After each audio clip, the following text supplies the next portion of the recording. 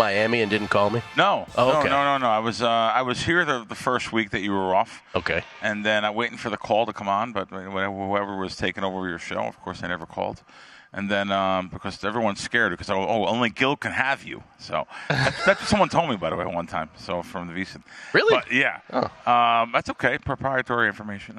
Listen, the next week I was in New Jersey and Foxwoods for about a week. Had a lot of futures to cash from the DraftKings out there in Foxwoods, which they were really nice to me this trip.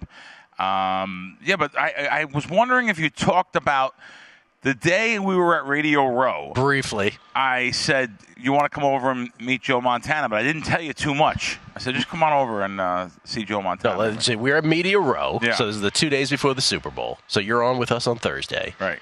And you do say to me, you're like, come on over. You did say what was happening. Oh, I did? What okay. You said. I'm going to catch a pass. I can only invite one person. Yeah. I'm going to catch a pass from Joe Montana. Right. For some people, the greatest quarterback who's ever lived. Sure. So I'm like, of course. It's not about Montana. It's about seeing you catch the pass. Yeah. Okay. So we go over there. Now I didn't elaborate much after, but I did mention it the next day. But we go over there. You Bobby tell Flay's restaurant. Yeah. Was it Amari? The restaurant. Amalfi. Clear out tables. The night before, actually met Bobby Flay. He was a nice guy and agreed to do it. Can we show the video of you catching the pass? Oh, sure. This is Bill Krackomberger. That is Joe Montana. Bill is telling him, don't throw it hard. Yeah. Oh, it's a little play action pass is what it is. Yeah, he did play action. Yes, right in the gut. So how that went down, how it actually went down, too, was the guy before me. There was the kid there, 25-year-old kid. We should say this. Kenny Mayne. Was doing this to help. Kenny Mayne has a problem with his leg. Yes. He talks about it all the time. And he is doing this to help those in the military who have leg injuries. This was all for charity. Yes, it was for charity. Yeah. It was a nice thing that he did. Yeah. And, the guy that went on before me, the kid, he does like a post pattern or whatever. He leads him. Montana, of course, throws the ball, leads him, and the kid drops it right in front of me. I'm like, oh, my God, this guy's throwing post patterns and stuff. So he did another pass with him. He did it. So now I go up there like John Gotti.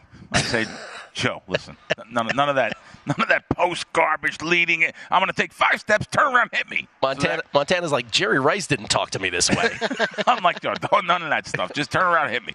I go out, bang, and it was perfect. It went down great. And Joe was so nice. He was very nice. But beforehand, Bill, there's like 12 footballs. 12 footballs. And Bill is, correct me if I'm wrong, nervous beyond belief. Well, because I want to make sure I'm going to catch this thing. You know what I mean? Like, I haven't caught a football since literally high school, where I played offensive and defensive tackle, by the way. Gill was also as excited to see this in person as he was to go on vacation. 100%. 100%. Bill is Bill was mad for like 5 minutes. He's like, my football is much harder and less tackier than that guy's football. So as soon as the guy put his football down, Bill did the old switcheroo. And I'm like, Bill, you're not throwing it, you're catching it. He was like, I know, I'm still catching it. Yeah, someone else had a football. I knew right away that there was a smaller football.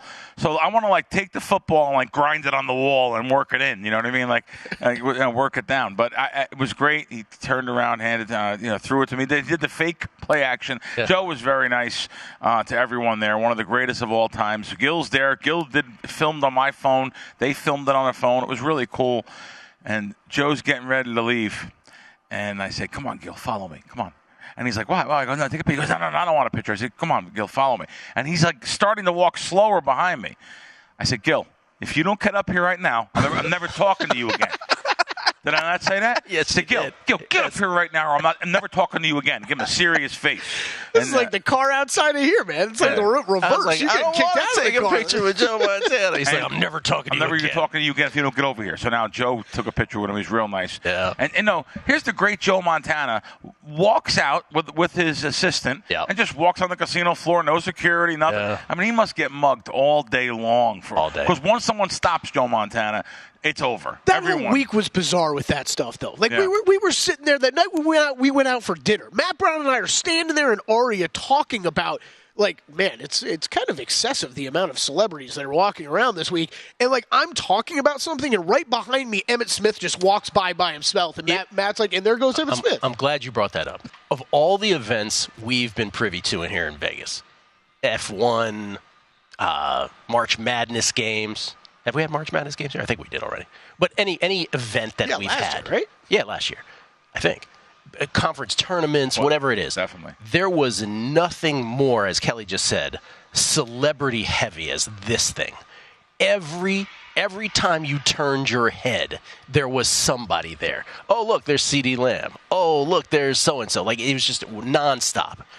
And you became so desensitized to it after a while. You're like, oh, well, what do you know? There's I did just think, like you said about Joe, Bill, like it was Emmitt Smith, like there he is, just by himself walking through a casino. Right. Like, Right. I would think the same as you. I'm like, how far can that guy make it before he gets mobbed? And let me tell you, if the NFL had their way, they'd have the Super Bowl in Vegas every single year. What are they going to do in New Orleans next week? That's like next year. There's one hotel. I mean, for everything to go on. And what a turn of events, obviously, that is from, in 2015, them getting upset at Tony Romo having a fantasy event at the Hard Rock. So in less than a decade, right, it's gone 180 degrees on that. Right. I seen Coach Cower, the great Bill Cower, playing dice over at the Wynn, and no one was even just. That's awesome. He's just shooting. No one's even around. Cool. Like one guy said, "That's Bill Cower." I said, "No." I said, "Oh yeah, it is." Like just a random thing. No one. He wasn't with a group of friends or anything. Yeah. And sure enough, someone was telling me, I guess I just don't realize Bill Cowher was a great football player. I thought he was just a coach. You don't realize back in the 70s he was a decent football player. And so someone was telling me about that. And just thinking, just like Kelley said, there was literally stars everywhere. And look at the Super Bowl itself. How many stars come to Vegas? They get to do extra things, and it's not like other cities. So I think the Super Bowl will return here. Is there a date? Is there a definitive date for the Super Bowl to return to Vegas? 4 years from now or something? It's a good question. I would imagine there is, yeah. By the way, in the 90 seconds we have here before the break, I want to just reiterate one thing that I said the day of the Super Bowl. Kelley and I did the show right before kickoff. But for those who missed that morning there was a documentary shown on CBS about the old NFL Today. And our own Brent Musberger, who is a founder of VSiN and, of course, was the host of the NFL Today, obviously did so many other things in sports media after that. But for those of us of a certain age, will always be known first and foremost for his hosting of the NFL Today. They did a documentary called You Are Looking Live. They aired a documentary called You Are Looking Live. Brent was fantastic on it. The documentary was great. It talked about Jimmy the Greek, obviously the gambling aspect to it. Phyllis George being the first woman on a national sports media show. Jane Kennedy, the first African-American female on a sports media national show, or of course the first African-American on that show. And Brent, along with Jane Kennedy, they're the only two that are still with us. And Dan Patrick, that week prior to that airing of that documentary, had Brent on and really was the first person to say, we need to get Brent into the NFL Hall of Fame. And I talked about it that Sunday too. Brent Musberger, our own, ought to be in the NFL Hall of Fame. Dan Patrick is going to write a letter about that. He has gravitas. This needs to happen because in the same way that Steve Sabol at NFL Films is integral to the growth of the NFL, so too is the host of the greatest pre-game show that has ever existed. So let's make it happen. Before we get back to Bill, let me read a couple tweets here. We get tweets at Beating the Book. Jesse Welch. Hey, Gilly, you got any bets for the upcoming NFL draft culmination? Asking for a friend. Combination is what I call it. Charlie D, USA #1. Crackman button hook reception from Montana Cash is never in doubt. Rich PSM, I would honestly pay to see a walkover happen. Please keep the drum beating, guys. Also planning to go see Raphael next week. He rode to fame when I met my wife. We must say goodbye. You going to the Rafa Nadal exhibition here with Carlos Alcaraz next week? I knew that was a thing. Or this weekend. Totally, yeah. You didn't know. And then, I remember you and Matt talking about this like a year ago. That's finally this weekend? Yeah, they're wedging it in before they go to Indian Wells, before they go to play that tournament. Where are they playing it at? I think MGM. I don't know. I have to check. I didn't get a ticket. It's got to be somewhere like goofy that they can have an audience. Yeah, it's on the strip. It's on the strip. I think it's MGM. Okay. And then this one's for you, Billy. Yep. Dan Yarosh, hope I'm pronouncing that all right, Hey, Bill, was wondering what a typical sports betting morning is for you. With so many things to place a wager on, how do you determine what sport to start looking at first? Do you have a meeting with your advisors and then determine what to look at for the day? Yeah, like this morning, very good question. Like this morning, you look, and this is a big college basketball day. Thursday's a ton of games, extra games, regular games. So actually, we put a sign. I have two different guys I use. They assign a point spread to every game, even before the lines come up overnight. So we know, like, I'll just use a top game on the board. And by the way, this is not a real play. This is just talking about Ohio State. It opened up at 1 and 143. So we'll assign that game and say, no, you know what? That game really should be 3. Well, that's a play because it's the keyest numbers in college basketball, by the way. 1, 2, and 3, especially 2 and 3. That's the keyest numbers in college basketball. Matter of fact, to be blunt, guys, I buy onto 2 and 3 all the time because it's worth more than the 10 cents. And if they're charging you more than 10, then obviously you don't want to play. Listen, Circa and Westgate, they both know what's up. So they charge more than 10 cents. They charge 15 cents. I believe on the 2 and 3 on college basketball. So, and what that means, guys, is if I'm betting something minus 3.5, I'm going to bet it minus 3, minus 20. If I'm betting something plus 2.5, I'm going to bet it plus 3, minus 20. So 2 or 3, I buy onto the whole number. So anyway, going back to what I said, is that because of fouling at the end generally? Yeah, you know what? It is because of fouling at the end on the 3 more than anything, but it's actually just I learned that from the Pinnacle guys in the 90s. Yeah. I've learned it from Alan Boston. These guys are the guys, the true guys that are the geniuses. I'm going to tell you, though, college basketball has changed this year with fouling at the end. Yeah, these teams are not as willing to foul in the way that they used to. Yeah, no, and college basketball on whole is a very, very tough sport to beat, unlike years previous where I've hit like ridiculous, 63%, 60% for the season. Every single syndicate group I know this year is struggling to win. Maybe that's one of the reasons. There could be other reasons too, but maybe that's one of the reasons. So it's why other things are doing great. NBA props are doing ridiculous, and college football was great. And even NFL was great to me this year. College basketball is a harder sport to beat this year than ever. It doesn't behave the same way it has. It's been brewing, but this year, like, you really see it starkly. I'm sorry, I interrupted you. No, but even last night, like, we had Rice under first half, under 66.5. I bet it at Circa. Matter of fact, I bet it at every single sports book in town. So even last night, hearing something in the media that we're going to slow the pace down, and sure enough, they were taking like 25 seconds every time to shoot the ball. I was hesitant to bet the normal amount that I would bet. I'd have no problem betting on a college basketball total, a large amount of money. Matter of fact, let me be blunt. As much as I can get down on a college basketball total. This year, I was even hesitant where I could have went back and bet, South Point. So the South Point, I bet under 66.5, under 66, they didn't move it. I bet under 66 again, and they didn't move it. And I was like, why? I'm going to bet it again. I said, you know what? I have enough. I never would talk that way in the past. I have enough. Because they were 65 here. I said, you know what? I have enough. I had a good amount of money on it. And anyway, so that's the kind of year it's been. But, so, we'll go back to what I'm saying. The Ohio State-Nebraska game. Let's say we had our handicapper had it at 3. It was 1. We knew that was going to be a play tomorrow. So that's circled as a play. Now, we take the risk overnight, though. And this happens, you lose the game. In other words, you lose that number on the game, and it's just not a play anymore because overnight I can't get down enough. You have to remember now, during college basketball, there's 4 of us splitting the money. So there's 4 guys that I actually get percentages to, including the originator. So overnight, what can I get down? $5,000, $6,000. I mean, you can't get a lot down. It's like a dime each, whatever. Whereas full day of game right now. You could on a college basketball side, you can almost name your number I can get down. So on a college basketball side. So wake up this morning, the line's 3.5. Done. It's not a play no more. So that is something overnight sides and totals, mostly totals. We mostly bet totals. The totals are a more beatable market than the sides. So every single game is assigned a total.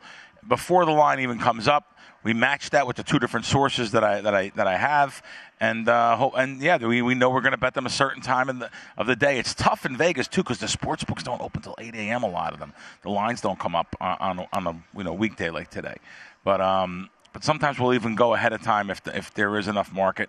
And that's that is a great question. I don't think it's ever been asked. So whoever asked that, thank you. That's a fantastic question. Yeah, we've talked about your process before, and to the extent that you're willing to discuss it, it is, and for those who land on the show for the first time, maybe we should always reset it with you. You are not the originator.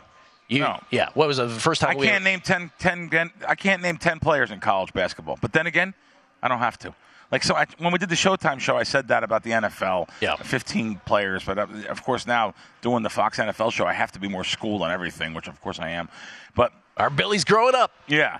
So, no, of course, people were saying, what do you mean? How would I trust you? How would I trust? That's not what it's not about me. It's about knowing the connections I have made in 30 years and being around the sharpest sports betting guys of all time, sports betting syndicate groups and players. And, it's just a different skill set, and it's a required skill set. The first time I ever met you, I don't know if you remember this, we watched the Pittsburgh Steelers game at Piero's, and you said to me, Gill, the only person I know on the Steelers is Big Ben. And then you pause and you go, he does play for the Steelers, right? So that's the first I might have been fooling around then, but it was still.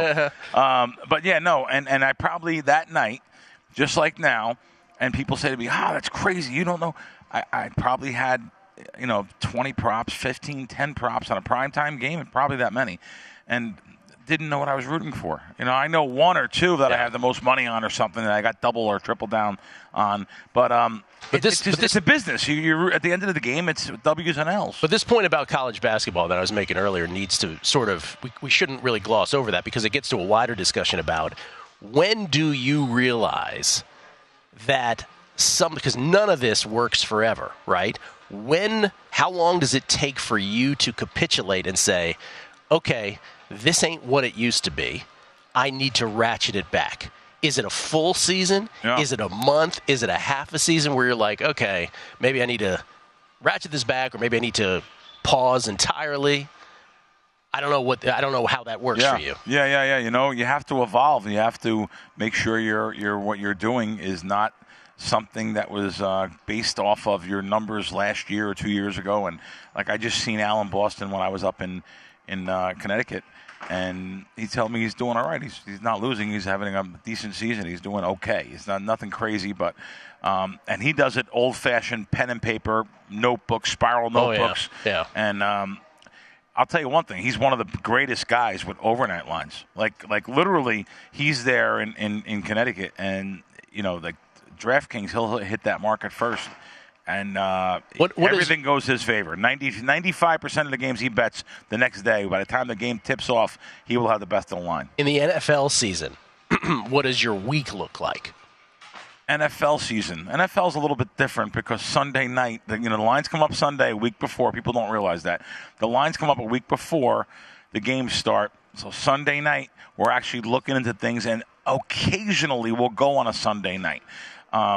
I told you, this year there was the Buffalo Bills game came up, and it was a Sunday night, and I was getting down overnight, and I told my buddy back east, I said, listen, you should get down on this Bills game. It's going to be terrible weather. And sure enough, it moved. That's the game that got moved. Remember, they moved locations. Yep. It lost, by the way. That can happen. It doesn't matter. You get 6, 7 points, 8 points, the best of it. It loses. I had the NBA All-Star game. I got 12 points, the best of it, a couple weeks ago. Oh, yeah. I lost. It just. Did you play that at all, Kelley? Did you play the total in that NBA All-Star game? I was gone. Oh, no.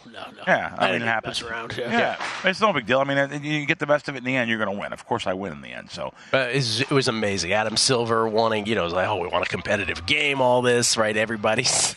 That's the reason why we played it. The under money comes rushing in. It's like 13 points lower than it was. I could have got a 12-point middle. Within, I don't know, 10 minutes, you're like, it's over. It's over. The first quarter, they scored 100 points. Over. 100, I think 101. It's no bad. Listen, I turned it off, and I really don't watch much NBA anyway. Well, we could watch that All-Star game. I mean, Adam Silver, Larry Bird, right? I think Larry Bird was the other one that said something about what wanted to see more effort out of these guys, and everybody was like, "Well, Larry Bird said it. They're clearly going to step up." Yeah. Can't get these guys to play hard in that game. that game's done. I think there's ways to save the dunk contest. I'm done talking about saving the All-Star game. I don't know if there's ways to save the dunk contest either, because we've seen it all. We've seen it all. The NBA All-Star game is the worst of the All-Star game. Well, I know the Pro Bowl's pretty bad too. They're all so bad. They're all bad. The baseball one's not bad. I can't watch more than 20 minutes of any sports All-Star. The flag football one. I won't either.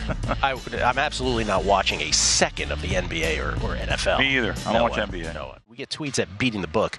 The Numbers Guy says, it's been a couple weeks, but Bill and Gill together again on ANG. All is right with the world. Thank you, The Numbers Guys.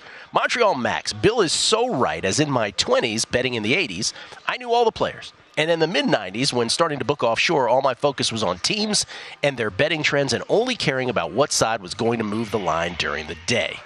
We like Montreal Max. Rick Ollier. Hey, guys, Happy New Year's. The question is for Bill. Bill, who was the more impressive person that you met? Oh, this is great. Joe Montana or the Flipper? Thanks. Hashtag let's ride. Not even close. The Flipper. The Flipper. Yeah, it's not even. Can we refresh everybody's memory? Sure. No, not even close. Matter of fact, the Flipper's son Seth was just here hanging out with me a couple weeks ago. I should have brought him by. He was talking about some stories about his dad. The Flipper was one of the greatest things ever. Yeah. No, the Flipper was the greatest coin flipper that I've ever known. As he got older, it was harder and harder to get someone to flip him, because everyone knew of him. His talent was, to be specific, that he could flip a coin. He could have you flip a coin, or he could flip a coin and call heads or tails. I mean, he was the greatest at that ever. But he couldn't. As he got older, he couldn't do it at nighttime. So he had to be under a light. Like this would be a perfect scenario setting here with these lights, or he had to be outside or daytime. Perfect flipping conditions. Yes, perfect flipping conditions. Kelly, you got to have perfect flipping conditions. And the Flipper had hands of butter. His hands were I forgot about this part. Yeah. No, I couldn't believe it. Like he's like, finally at like 70-something years old, he goes, "All right, Crack, feel my hand." I said, "What?" Feel my hand. I said, "Oh my God, what are you talking about? His hands were milky white." They were like, they were like butter. I was like, "That's impossible." So I'll just tell you, he was telling me basically, he can feel every single head or tail. You know what I mean? On that hand, if it goes down like that, I mean, obviously, but. Wait, was he calling it midair? This guy was calling a lot of things, but this was certain things he would do. What I'm talking about is he would take your quarters. By the way, you'd bring the quarters. He wouldn't want to touch them until he did it. And he would bring four quarters. You'd flip one. He'd have three in his hand. He'd shake the three in his hand. Yeah. And he'd have you flip one up in the air, and all four quarters would be the same. You know, heads or tails. And is the Flipper still with us? No. The Flipper passed. There was a long time I didn't know. I didn't talk to him or anything. He did pass. I've watched him win things from nothing to putting up a can of Coke versus a brand new Cadillac. He wanted to win the can of Coke. He was the best coin flipper of all times, and people do know who he is. There's stories about him. There's some stories on the internet about him, and he was just I remember one time, the first time I ever seen him was in a pool hall in Elizabeth, New Jersey. At pool players love to. Let me just be blunt. Pool players will gamble on anything, and there was a big tournament. And I remember Steve Miserak was there. He was a big pool player back then. Even when you're just showing off. You remember that Miller Lite commercial? Yes. Miserak? That's right. Steve Miserak. There you go. Right. Even when you're just showing off. Yeah. Exactly right. So I remember that's the first time I seen him, and he won like $8,000 that night off the guys. I mean, it was just amazing. But he's won all around the country, did a lot of those great flipping things. Got himself in some – there was a racetrack in New York, which I forget. It was. I don't really go to trotter tracks. It was Roosevelt. It was called Roosevelt Racetrack. And I remember one night he was in Roosevelt Racetrack, and literally they got him outside in the parking lot after he beat people on the racetrack. He was surrounded in the parking lot, and he had to give the money back. So he told me these great stories. Man. And anyway, so yeah, the Flipper way over Joe Montana. Yeah. In these parts. Yep. All right, this is from Michael Burns. He's cueing us in on this. This will lead into your next one here. Richard Munchkin, the great Richard Munchkin, tweeting about security expert says slot advantage play costing casino industry tens of millions nationwide.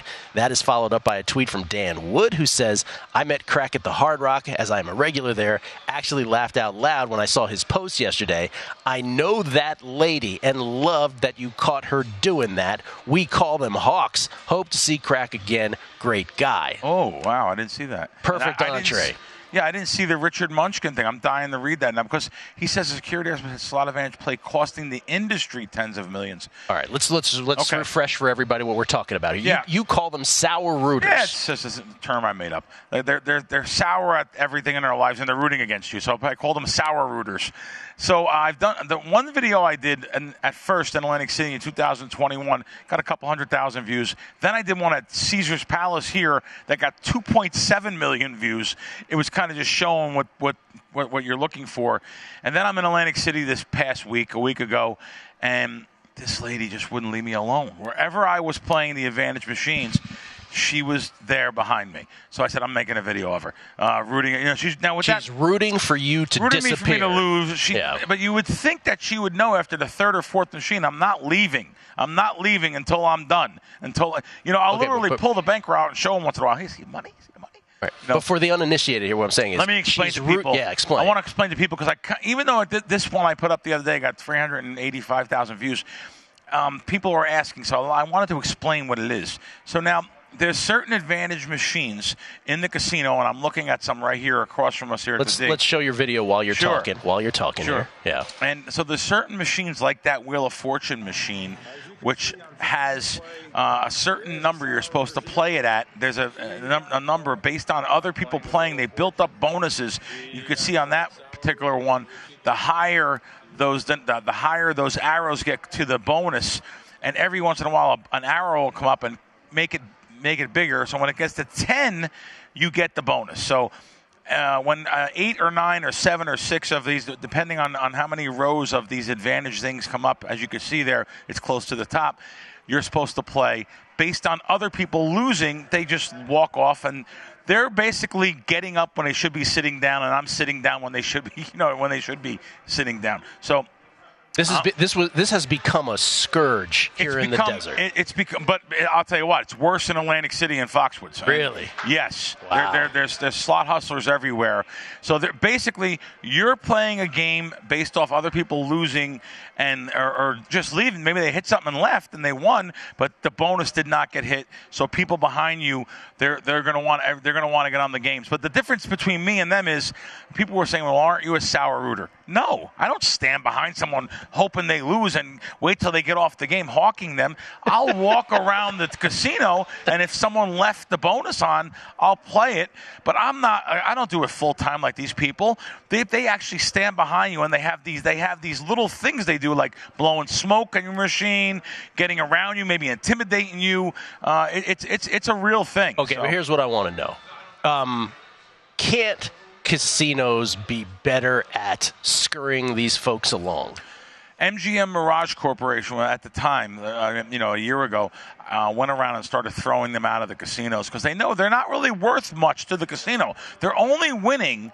They're only taking the wins off other people's loss who are going to lose anyway, and they're leaving with the money and not putting it back. And their real, true core customers aren't winning.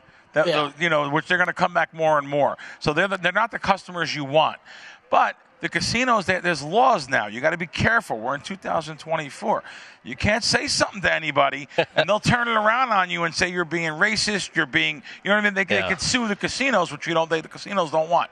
Basically, the casinos don't say anything. You do what you want, and you can.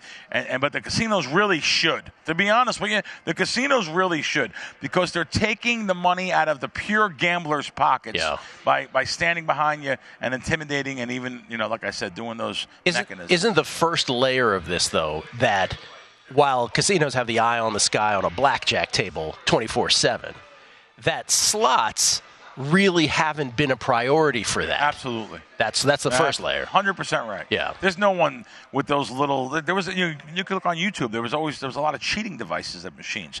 They had little wands with a light at the end. You could put back when there was coins, and you could force the machine to get extra coins. Or even when I first started hustling machines 30 years ago, there was overpayers, and what that means is if you press a button and you're supposed to get 100 coins out of the machine, ching ching ching ching ching, there were the slot would get looser where the coins came through. There was some machines back in Atlantic City. You get 105 coins, 5%. You know what I mean? Like 5 more extra coins out of the machine.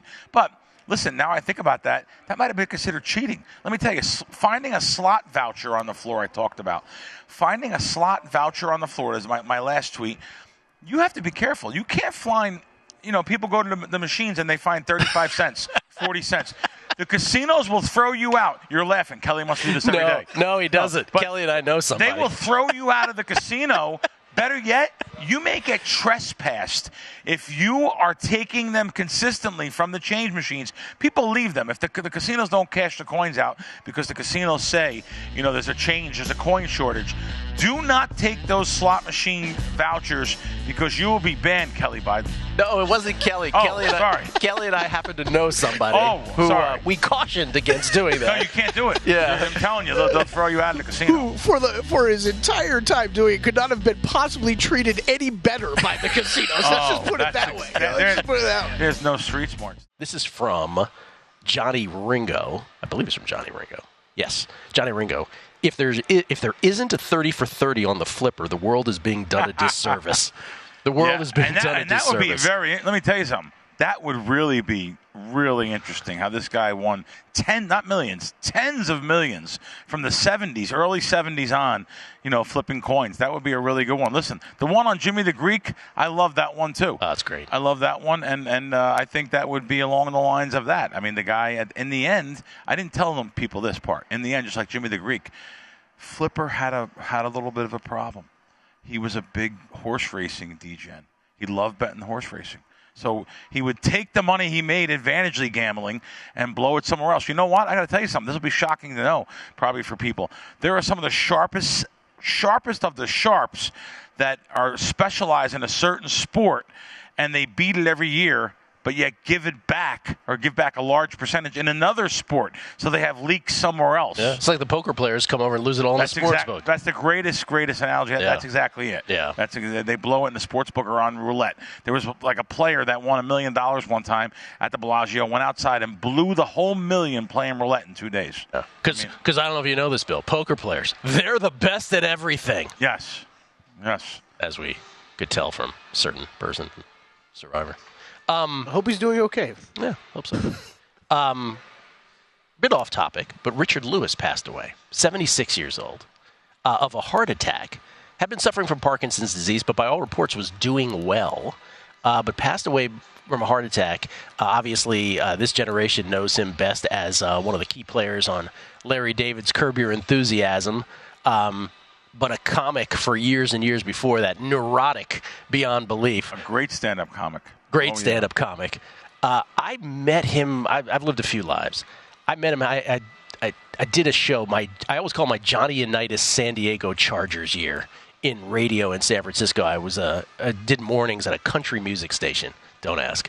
It was me. It was a Jewish guy, a black guy, a gay guy, and then a girl on a country music station in San Francisco. Go figure it out. Sounds like shows that are on now. It lasted a year. So, but we had the beauty of doing radio in San Francisco is that it is such a comedy hub. Like Chappelle loved doing shows in the Bay Area. He used it as a testing ground. So word would get around unannounced about a Chappelle show. Like I saw him, remember like Dane Cook was trying to set the comedy record for longest show. I would go to a Chappelle show at midnight. Swear to God, this happened one time. 6:30 in the morning, I'm still there. The Skins are about to play the Lions, and I'm like, we gotta go. But like he was like, my point here is not to make you laugh, it's to break you. So in that Chappelle voice, saw him at the comedy at the Punchline. Was it Punchline or Cobb's? Where he, Chris Tucker opened for Chappelle, and I was sitting next to Al Gore. Like, it was like comedy gold back then. And on the radio show, we used to have everybody come in. So Jeff Garlin, Susie Essler, Susie Essman, is it Essler or Essman from Curb? They came in. Susie did this thing where she cursed at me off air, and then we just bleeped out the curse words. Gill, you four-eyed. Susie Essman. She was wonderful. So nice in real life. Bobby Lee would come on. Bobby Lee. Comics are the best interviewees because they are tortured souls. And like Bobby Lee, who had been on Mad TV, was saying he couldn't remember 4 years of his life when he was on David Allen Greer, I think I told that story when I was on air where I was late to sort of prep for him, and so I did my research via Wikipedia, and it was all nonsense. So I was like, I'm here, you're doing a Farrakhan musical. And he's like, I've heard this story. Yeah. Oh, that's horrible. I heard you're doing a Farrakhan musical. Fantastic. Yeah. But Richard Lewis came on, and all I remember from Richard Lewis is at that age, I couldn't handle the dude. He ends up like he was so neurotic in real life. He was exactly how he was in real life as he was as you see him, or as you saw him on TV and on his stand-up. So neurotic, he ends up behind you, like, you're talking to him with the mics in front of you, just all over the place. But what a talent, what an unbelievable talent. And Twitter was, filled with tributes, like everybody running clips of him yesterday.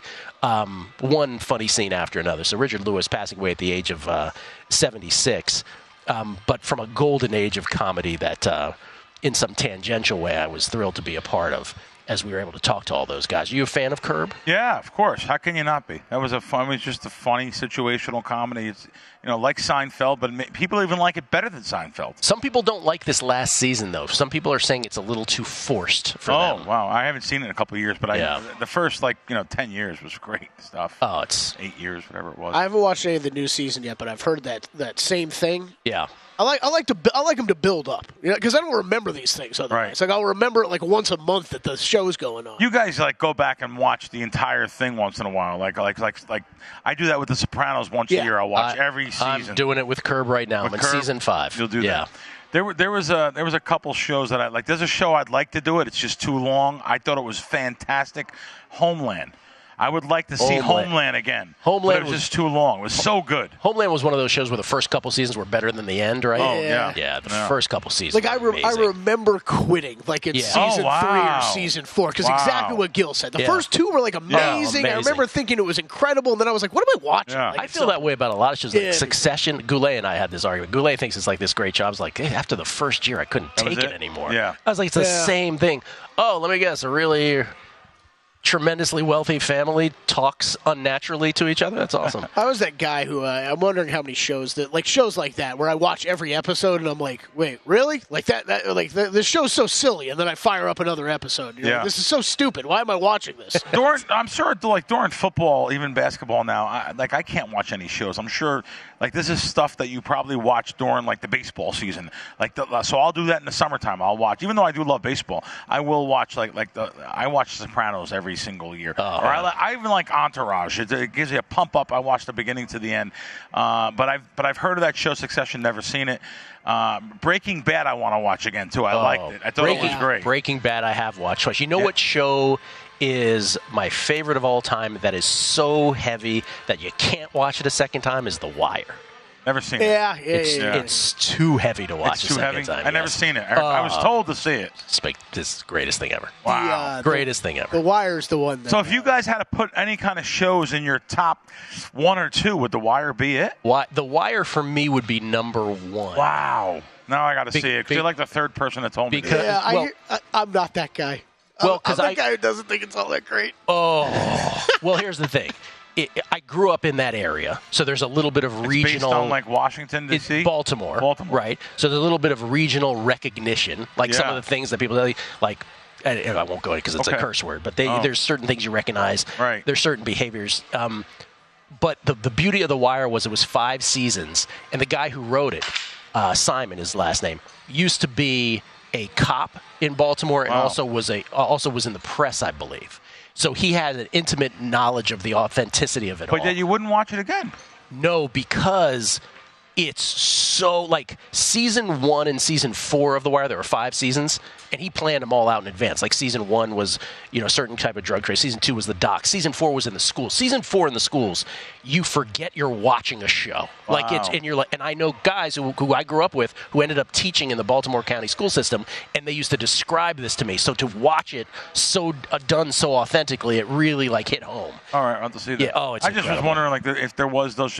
I seen a show called The Corner. Did you see that? Never seen on that. Baltimore, Yeah. which I thought was great. There was 10 episodes, but The Wire was. I heard The Wire was similar to that. So, and I like The Corner, so I'm gonna have to see it. You know what other comic rolled in there back in the day in San Francisco, Kelley, was the great Norm Macdonald, who of all jokes. So one of the ones he told, of course, was he said, studies show that that women find men more attractive when they grow facial hair. Right. So says the Bob Seger Institute.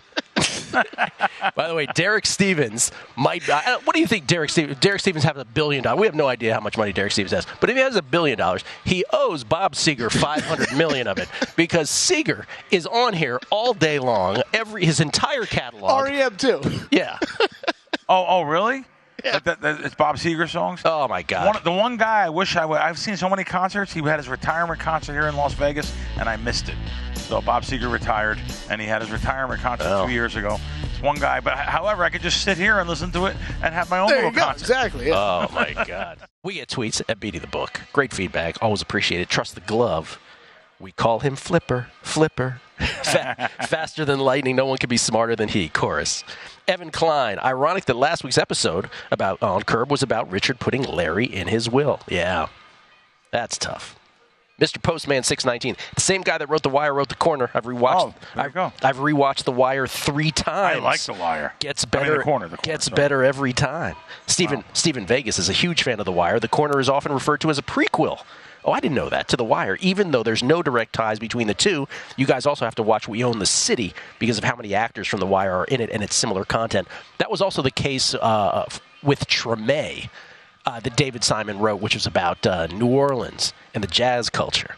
Chance Copperpot, David Simon and Edward Burns both did The Wire and The Corner. If you like one, you'll like the other. Corner was almost as good as The Wire, mini-series versus series. Wow. Now you got to see it. Wow. It was so good. I watched it like 3 times. Wow. The Corner was good. Okay.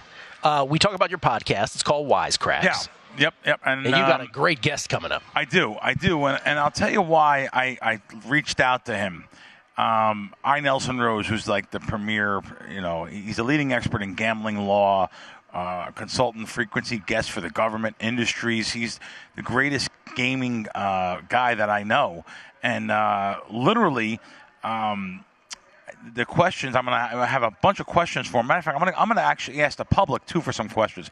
Because when I emailed him, he said, if you have some prepared questions for me, that would be great. So I'm going to see if the public has some, tax law or any gaming law questions. Did you tell him that these are not billable hours? He does not get to bill you? Yeah, no. I actually emailed him, and I was surprised he emailed me back. He actually knew who I was, so that was good. I was happy about that. Because, yes, he definitely charges for his time. Why do attorneys get to do that and nobody else in the world does? Sorry, attorneys. Sorry, attorneys, but really, it's a little much. Like doctors call you to you consult with a doctor. They don't even think about billing you for the extra time. But lawyers, precious lawyers, every second. I called you for 15 minutes. You got the $200 on bill. Stop it. But anyway, so the reason why I reached out to him was because of a subject that came up on my podcast, which I have to tell you, I don't know the answer. I think I want to know the answer. And I'll pose it to our listeners here and viewers here. And I asked you guys on the break, and we kind of don't know. So I'm Joe Public. I come up to the sports book, and I bet $200 on the Super Bowl. I bet once a year. I win the money. I win the $200. I take my money, go home. That's it. I bet once a year.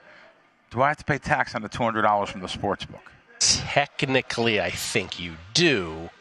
Practically speaking, I don't know that anyone does. Well, if it's just that. There's no ID given for the $200, so who would even know you bet it? Right. But here's the distinction. Sports betting is different than the other casino games, right? Okay. That's what I want to ask. Now, that's the real question came up on the casino. You go in the casino, you get rated. Here's your rating card. You get rated. Yeah. You only come in a couple times a year. Yep. And it just so happens that you win $200 here, $500 here, you lose $500 here. At the end of the 5 trips that you in 1 year, you're up $500. Do you have to? No tax form has been generated. Do you have to pay tax on that? You have to remember, I won that $500 after those 5 trips. You have to write down and remember you won $500 and pay tax on that money. It's not like a slot machine where if you hit $1,200 or more, a tax form is generated. That's correct, automatically. does that mean if you win $800 on a slot machine, and, I know the way I do it. I pay a quarterly estimated tax, and I get my win-loss statements from all the casinos at the end of the year. You write off your losses against your wins. Yeah. But I'm talking about for Joe Public comes in 5 times a year or bets that one Super Bowl bet per year. I'm going to ask, Mr. Rose that. Yeah. And again, hopefully he doesn't bill you. But I will just tell you from the sports betting side of things, yes, right? Because I can speak to that. It's let's say you won 6 figures. They still don't generate a tax form. They do it internally, right? Yes. It is up to you, to do your taxes, right? So technically, the answer to it is yes, you should pay. Even for those little amounts. Well, that's a couple $100. I don't know that. Because then why wouldn't you get a tax form all the time in a slot machine? You know what I mean? Like, it's a very interesting question. Let me just tell you now. I didn't talk about it for years. It does involve DraftKings, and they paid me a lot of money on. I'll just tell you, they paid me $115,000 on Benchero when he won. So I got $115,000. I never showed the tickets on Twitter. I didn't do that. You showed me. I showed you. Yeah. Okay. So. At the end of the year, I looked on DraftKings. It's so great that they do this, that they don't make you send something in. You have to get something via mail or email. You go right on the site. And by the way, it's not only DraftKings, it's most of the sports books. Yeah. And you go right on the site, and they show you what you've won for the year. And you take that against your win-losses off other casinos, and you write them off. It's real simple. But I don't know if they turn that money in and say, hey, Bill Krackomberger won $115,000. Well, it was actually more. I won like $180 for the year. He won $180,000 off us for the year off us. So here's the just letting the government know, because I didn't get any tax form on it. So I don't know the rule, and I just think that what you're really most curious about, it seems like, is there a minimum? Well, of course. I'm just saying what DraftKings did. They made it more easier. No, but I'm saying for people. the broader question. I want to know about Joe Public comes in and wins. Listen, I want to use the same thing again. Wins $200 once a year. Comes in on the Super Bowl. Walks away from the counter with $200. Right. Well, let's make it even less. What you're really asking is if somebody nets $20, let's say, for the whole year, 20 grocery dollars. Is it technically that legally binding that really what they should do is fill out a tax form for that $20? That's what you're I want really to say asking. No way. I want to say no way, too. No way. But what we want to say has no bearing on this. By the way, for those interested, the IRS actually has an extremely detailed part of their website on some of this stuff. I've just been kind of scrolling through it, including the triggers and when you're supposed to get a form. Okay. Because $1,200, we've talked about that with video poker. That's from bingo or slot machines. $1,500 or more from Keno. $5,000 or more from poker. This one is a little confusing. $600 or more, or at least 300 times the amount of the wager. So I guess if you hit a 300 to 1 shot or more, you're supposed. Yeah, no, you get a form. 300 to 1 gets you a form. Yes, 300 to 1 is the odds that get you a form. And then the all-encompassing answer to all of these questions is that basically you're supposed to figure out at the end of the year on everything that you win. Yes, you can also deduct losses on your losses. So now that's the thing. So some people will. Because I know there's got to be a percentage of the audience out there that's saying this. Yeah, but the deductions are not treated in the same way that the winnings are. Interesting. Yeah. Interesting. I'm shocked at something he just said. Did you say at poker? Sitting down at a poker table?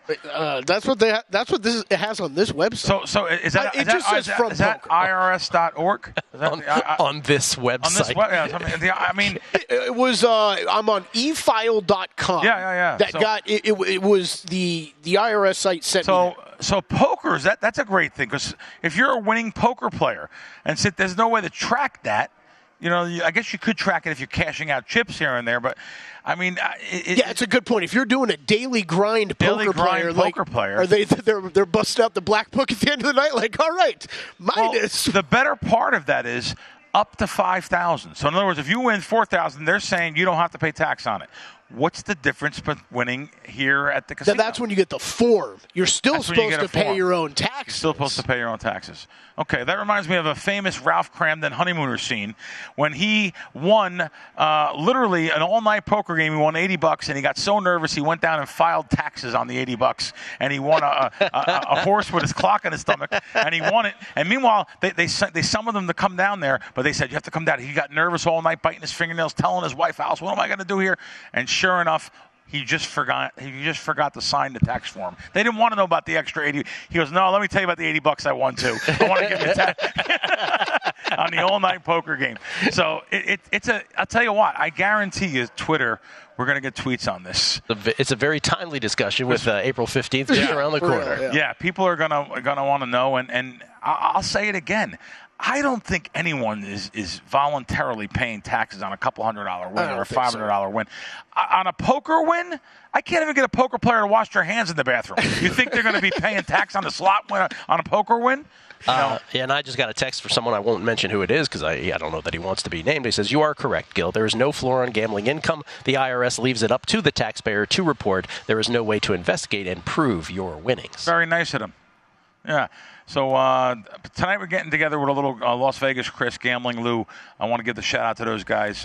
Chris going through some stuff there, so give a shout out to him and little get together. He's been live texting us as well. Good. With his thoughts on slots as well. Awesome. Best to Chris.